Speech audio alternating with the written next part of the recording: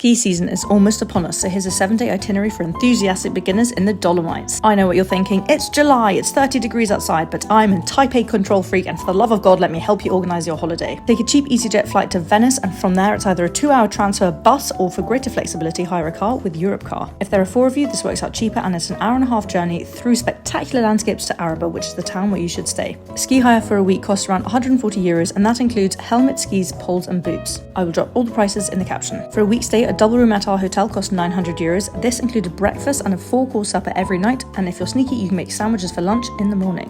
And as we were a huge group of people, our hotel offered a discount, so why not call up that step cousin 4 times removed and invite them along on a huge family holiday? Right, itinerary day 1. Find your ski legs. I'd explore the runs closest to you around your hotel whilst you get back into the groove. I've only been skiing 4 times before, so I'm comfortable on blues and can get down a red with a high heart rate, so if this sounds like you, this is the itinerary for you. From Arabba, head upwards and eastwards and you'll find a basin full of blue runs which are long and easy.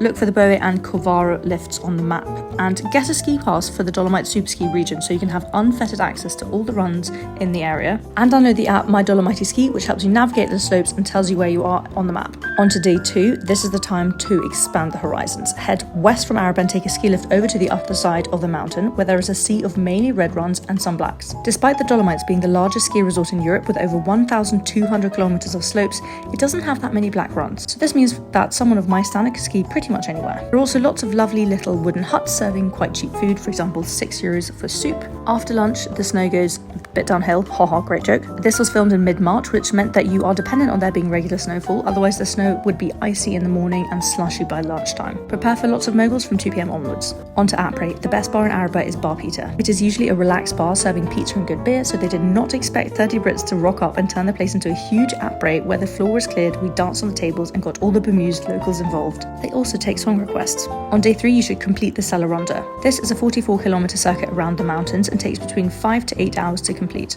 It is mainly reds with some blues, and I found it challenging but in a good way. The route is clearly signposted, so if you're going in a group of differing abilities, you can easily split off, and the faster ones can zoom ahead and then wait at some kind of hut and have a hot chocolate whilst they wait for others to catch up. On the next day, day 4, I would take it slow.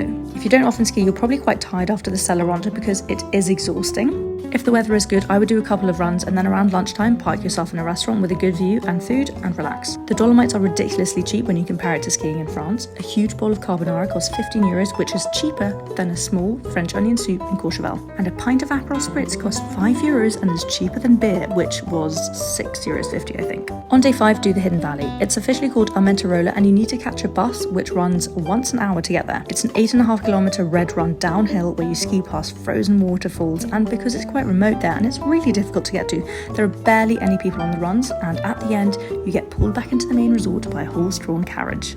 This costs 4 euros and you can only pay in cash, so I'm warning you now. The bus also costs 8 euros, but you can pay that by card. This takes out a big chunk of your day, so by the time you've had lunch, you might as well want to slowly ski home because it takes probably about an hour and a half to 2 hours to get back. On day 6, head to the slopes where there's the ski lift called Bambi. Here you will find lovely long and wide red and blue runs to tear down. There are also some fun parks and jumps, and it's also home to a German restaurant which serves schnitzel. The Dolomites are in Südtirol, which is in northern Italy, which is where both Italian and German are official languages, so expect to see signs in both. But the language that unites us all is alcohol, and if you want to boogie on the slopes, head to a bar at the top of a slope near your hotel.